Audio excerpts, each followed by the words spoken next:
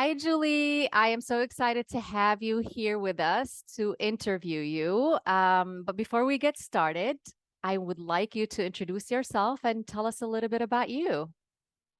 Well, thank you, Laurina, for having me. I'm really excited to be here. My name is Julie Kern, and I am the owner and founder of Bridge Financial Strategies and Bridge Divorce Strategies. Now, this is going to sound a little geeky, but I'm a CPA, a certified financial planner professional, and a certified divorce financial analyst professional. So I always like to tell people this tells you two things about me. One, that I'm really good at taking tests, and two, that I'm a lot of fun at parties. But my area of specialty and my passion is helping women who are going through divorce to get the best possible settlement that they can get, and then to help them plan a new financial future for themselves. So my goal is to help them reach their financial goals and to feel confident about their money decisions along the way. Love it. Love it. And I love your partying, that you're fun at partying. We have to party together one day. Okay. First question. How did you get started in helping women who are navigating divorce? So I have also been divorced, and my divorce came at a very young age when I was just 20 years old, pregnant with our second child. It was a real storybook ending to our marriage. But I remember lying in the hospital bed right after my daughter was born, and everyone had gone home for the evening. Her father had been there for the birth, but then he left to be with his new girlfriend. And I was just kind of lying on my side, facing the door of my hospital room. And this nurse happened to pass by, and she looked in, and I just had tears silently, streaming down my face. And she said, "Honey, are you okay?" And I just looked at her and said, "No, I'm not okay." But that was a defining moment in my life because it was there that I decided to draw a line in the sand. And I knew that I was already a statistic as a single mother of two, divorced at age 20. But what I determined is that my kids would not be statistics. Mm. And so, following leaving the hospital, I decided to go back to school. And for me, getting my accounting degree and then a master's in tax just really opened a lot of doors for me, both with networks of wonderful people and job opportunities. And ultimately, that's what led to me starting my companies. I never know. That's a beautiful story and then a motivation and an inspiration to get started. Yeah, so incredible. Look where you are now. Okay, Yes, on so this side of it, I wouldn't trade it for the world. right. Yes, yes. Why do you focus primarily in helping the women? I mean, we kind of know from your story, but maybe you can elaborate. Sure. I always start by saying it's not that I don't like men. I love men. It's just that in my experience, women are often not on a level playing field when it comes to settling the financial aspects of a divorce. The the divorce cases and the clients that I work with are typically long marriages where the husband had the traditional role of being the main breadwinner, Yeah. and the wife may have had a career in the past that she gave up to raise children, or she's worked part-time, or not at all. Yeah. And so that puts her in a more precarious position. And so basically, the facts are that women tend to be less financially sophisticated, especially about complex areas like taxes and investment strategies. And so that's where I can really come in and make a difference for them. Love it. So what are the type of clients you specialize in? So, like I alluded to, primarily our clients are long-term marriages. Kids are maybe teenagers or already grown and out of the house. Yeah. And husband and wife had held mostly those traditional roles. Now, that being said, I work with all types of women from all walks of life. And Yeah. some of the cases where I can make the biggest difference are cases where there isn't a lot of money to split up. And so that spousal maintenance is going to be a very important piece, and child support as well. Yeah. And sometimes I work with men or couples. So Sometimes. yeah, just, I'm happy to help anybody. Absolutely. Yeah. What are some things that women should consider when anticipating or planning for divorce? Some of the things that are really important have to do with gathering documents, because once you physically separate, it can be hard to get those records that you're going to need. Mm, Tax returns is one area that's notoriously difficult sometimes for my clients to get their hands on. So if you are already anticipating that a divorce may be in your future, getting organized, getting copies of all your bank statements, all your credit card statements, yeah. mortgage statements, student loans, the note on your house, Yeah. anything that could be related to an asset or a liability of your marriage, and then also the income and expense items. So the tax returns are helpful for the income, but also pay stubs, W-2s. Mhm. And then on the expenses, a lot of times when I start working with a woman, she maybe doesn't have a really clear idea of what the family's living expenses are because she hasn't been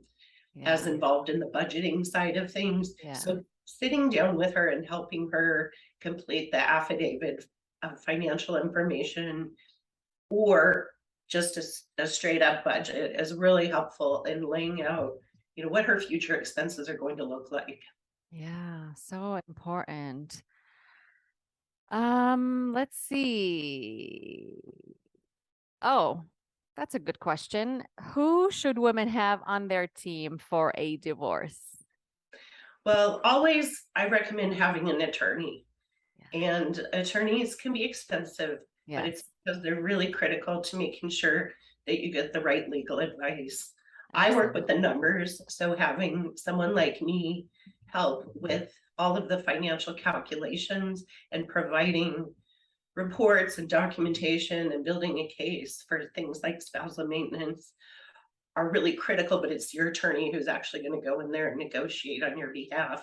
Yeah. And then quite often it's so helpful to have someone like you, a divorce coach, to help with the more emotional and psychological aspects of the case. Yeah. Women can sometimes get really stuck emotionally, and it prohibits them from making the good financial decisions and I going down agree. the path that they need to. So someone like you can just make a world of difference in not only moving the case forward, but helping her to really get the best settlement possible, and not just giving up and giving in, Yeah.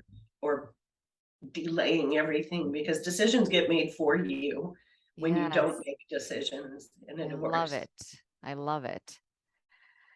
Awesome. What are some common financial issues that you help your clients with during divorce? First and foremost is the property settlement. So that's simply dividing up the assets and the debts of the marriage, who gets to keep what. Yeah. Secondly would be child support, if there are minor children Yeah. involved. That's really important. And often building a case for a deviation from child support and upward deviation is an important part of the case. Child support in Arizona is unfortunately very low. Mm, And so if kids are involved in a lot of extracurricular activities or just accustomed to a higher lifestyle, a deviation is in order. And then, of course, spousal maintenance is probably the third biggest area. And it's so mm, important.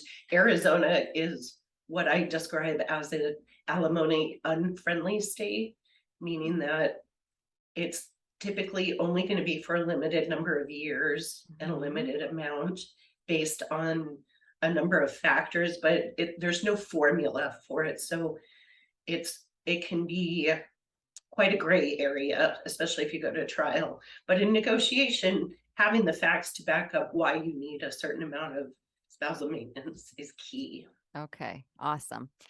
Okay. I know you're a CPA. how do taxes play a role in divorce? This is so So crucial. Yes, so huge. I yes. can't overstate it, but taxes impact almost everything, and it affects how equal two assets might be.